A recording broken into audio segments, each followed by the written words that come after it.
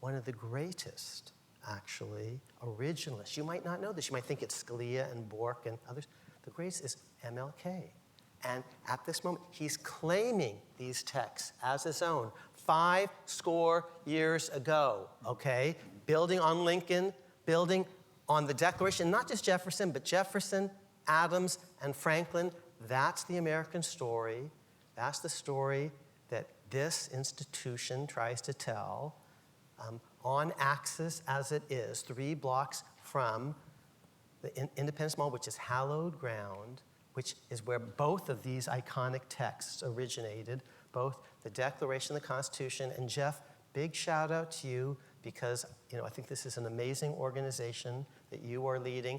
And one of the things for the audience out there, the C-SPAN audience, because I'm so grateful you all are here, the interactive Constitution and this new interactive Declaration of Independence that is still in the you can actually access that and read these texts for yourself and read what scholars have said about them. This is on a nonpartisan basis because the interactive Constitution has what a liberal, how a liberal reads each clause and how a conservative reads each clause, where they agree, where they disagree, and then you get to decide, because it's a great debate about, is Jefferson Davis's reading of the Declaration right and Alexander Stevens, or is Lincoln? Spoiler, I'm with Lincoln. But you get to decide these things, and this place is actually trying to equip you to do that. So all honor, Lincoln very famously said, all honor to Jefferson, all honor to Jeff. Definitely not.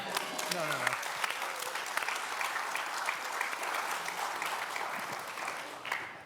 I agree with everything you said as a story, but to your Hugo Black point, unless we have law and the enforcement of law and the rule of law and accountability, our stories don't matter. And that's why.